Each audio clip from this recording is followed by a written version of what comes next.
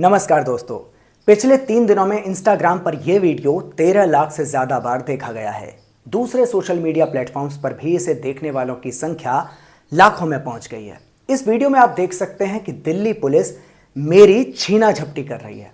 आखिर में हुआ क्या था, यह जानने के लिए पहले 1.5 मिनट में समाजवादी लोकमंच की तरफ से मुनीश भाई की बात सुनिए, फिर मैं अपनी बात रखता हूँ। आज समाजवादी लोकमंच और उत्तराखंड परिवर्तन पार्टी के लोग लद्दाख भवन पर पहुंचे हैं। यहाँ पर पिछले बहुत दिनों से सोनम वांगचुक जो है आमरण अनशन कर रहे हैं और वहाँ उनसे और उनके साथियों से हमारी बातचीत हुई। हमने उन्हें लिखित में समर्थन पत्र भी सौंपा है और उन्होंने कहा है कि जो देश के अंदर पर्यावरण का नुकसान है उसको लेकर के उन्होंने गहरी चिंता व्यक्त की है और उन्होंने अपनी मांगों के बारे में बताते हुए कहा कि जो लद्दाख है वहाँ पर 95% जो है जनजाति के लोग रहते हैं और यदि इसको विशेष राज्य का दर्जा नहीं दिया जाएगा और भारत के संविधान की जो 6ठी अनुसूची है उसमें इसको नहीं शामिल किया जाएगा तो वहाँ के जो जनजाति के लोग हैं उनका जो अस्तित्व है वो बहुत कमज़ोर पड़ जाएगा और पर्यावरण का जो भारत सरकार पूंजी निवेश कर रही है उससे पर्यावरण को बहुत ज़्यादा नुकसान होगा। और उन्होंने ये भी कहा कि हमारे 2019 में राज्य बनने के बाद बेरोज़गारी बहुत ज़्यादा बढ़ी है, युवाओं के पास रोज़गार नहीं है, तो लोगों को रोज़गार भी मिलना चाहिए। इन सारी मांगों को लेकर के वो अनशन में बैठे हैं और बेहद शर्मनाक बात है कि जब वो अनशन में बैठे हैं तो लोगों से उनको मिलने नहीं दिया जा रहा। जो लोग उनसे मिलने जा रहे हैं उनको पुलिस रोक रही है, बैरिकेडिंग लगा रही है और ये काम तो महात्मा गांधी के साथ अंग्रेजों ने भी नहीं किया था। जो काम आज मोदी सरकार वांगचुक के साथ कर रही है इसकी हम लोग निंदा करते हैं और पूरे देश की जनता से आह्वान करते हैं कि जो सोनम वांगचुक जिन मांगों को लेकर के दिल्ली में बैठे हुए हैं उसका सब लोग समर्थन करें और उनकी जो लड़ाई है वो हिमालय को बचाने की लड़ाई है, लद्दाख को बचाने की लड़ाई है और उत्तराखंड को, पूरे देश को, पूरी दुनिया के पर्यावरण को बचाने की लड़ाई है और सबको इनकी लड़ाई का समर्थन करना चाहिए। मुनीश भाई अपनी बात में जिन सोनम वांगचुक का जिक्र कर रहे हैं वे कोई मामूली आदमी नहीं है। माना जाता है कि आमिर खान की फेमस मूवी 3 इडियट्स के हीरो रेंचो का कैरेक्टर सोनम वांगचुक से इंस्पायर होकर ही लिखा गया था। सोनम जी लद्दाख के रहने वाले हैं, बहुत ही फेमस साइंटिस्ट हैं, इनोवेटर हैं। पर्यावरण को बचाने के लिए उन्होंने जिस तरह के इनोवेशंस किए हैं, खासकर पूरी तरह से सोलर एनर्जी से चलने वाला एजुकेशन प्रेमिसेस और वाटर कंजर्वेशन के लिए मैन मेड ग्लेशियर्स, उन्होंने सोनम वांगचुक को बहुत पॉपुलैरिटी दिलवाई है। इंडियन आर्मी के लिए उन्होंने सोलर हीटेड टेंट भी बनाए ताकि हिमालय की बर्फ पर ड्यूटी करने वाले जवानों को कुछ राहत मिल सके। इसके अलावा लद्दाख के बच्चों के लिए उनकी अपनी मातृभाषा और संस्कृति को ध्यान में रखते हुए उन्होंने शिक्षा के क्षेत्र में भी कई तरह के सुधार किए हैं जिन्हें सरकार ने भी माना है। उनके इन तमाम कामकाज को देखते हुए उन्हें रैमन मैग्सेसे अवार्ड मिल चुका है। इसके अलावा तमाम कॉरपोरेट्स, तमाम सामाजिक संस्थाएं और आईआईटी जैसे तमाम एजुकेशनल इंस्टीट्यूट्स उन्हें अलग अलग मौकों पर सम्मानित कर चुके हैं।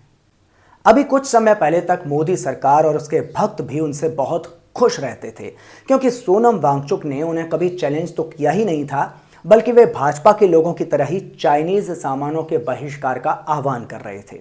2019 में जब जम्मू कश्मीर में धारा 370 खत्म की गई तो सोनम वांगचुक बड़े प्रसन्न थे और खुले दिल से मोदी और भाजपा का स्वागत कर रहे थे क्योंकि उन्हें लग रहा था कि अब उनके लद्दाख के लोगों को राजनीति में प्रॉपर रिप्रेजेंटेशन मिलेगा, रोजगार मिलेगा और उनकी संस्कृति और पर्यावरण को संरक्षण भी मिलेगा।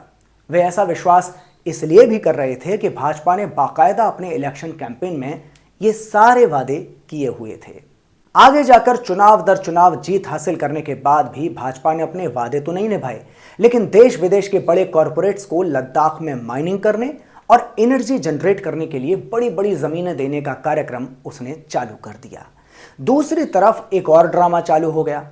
दरअसल लद्दाख चीन की सीमा से लगा हुआ है और उस सीमा तक बहुत से लोग अपने जानवरों को चराने के लिए लेकर जाते हैं, मगर कुछ समय से इन चरवाहों ने शिकायत करना शुरू कर दिया कि चीन की सेना लद्दाख के अंदर यानी भारत के अंदर सीमा पार करके काफी आगे तक आ गई है और उसने वहां गांव बसाने शुरू कर दिए हैं। इस चक्कर में अब लद्दाख के चरवाहे अपनी भेड़ बकरियों को वहां तक नहीं ले जा पाते और इससे उनका गुजारा करना मुश्किल हो रहा है। सोनम वांगचुक ने जब ये दोनों बातें सरकार को बताई कि भाई आपने एक तरफ कॉरपोरेट हमारे पर्यावरण का सत्यानाश करने के लिए भेज दिए हैं और दूसरी तरफ आप चीन से हमारी रक्षा नहीं कर पा रहे, तो सरकार ने उनकी बातों पर कोई ध्यान नहीं दिया। उल्टे सरकार उन्हें झूठा साबित करने में लगी रही। इसके विरोध में सोनम वांगचुक ने पहले लद्दाख में ही भूख हड़ताल की और फिर जब सरकार ने उस पर कोई ध्यान नहीं दिया तो वे अपने 150 साथियों के संग दुनिया भर का ध्यान अपनी मांगों पर लाने के लिए 1000 किलोमीटर से ज्यादा का सफर पैदल ही पूरा करते हुए दिल्ली तक आ गए। लेकिन इससे पहले कि वे दिल्ली में घुस पाते, उनकी प्यारी मोदी सरकार ने उन्हें पुलिस से गिरफ्तार करवा दिया। न उन्हें शांतिपूर्वक गांधी जी की समाधि पर जाने दिया, न जंतर मंतर पर बैठने दिया। तो आखिरकार वे चाणक्यपुरी में लद्दाख भवन के आंगन में भूख हड़ताल पर बैठ गए। मैं और मेरे साथी उनसे मिलकर उनका हौसला बढ़ाने ही गए हुए थे जब दिल्ली पुलिस ने हमें रोकने की पूरी कोशिश की।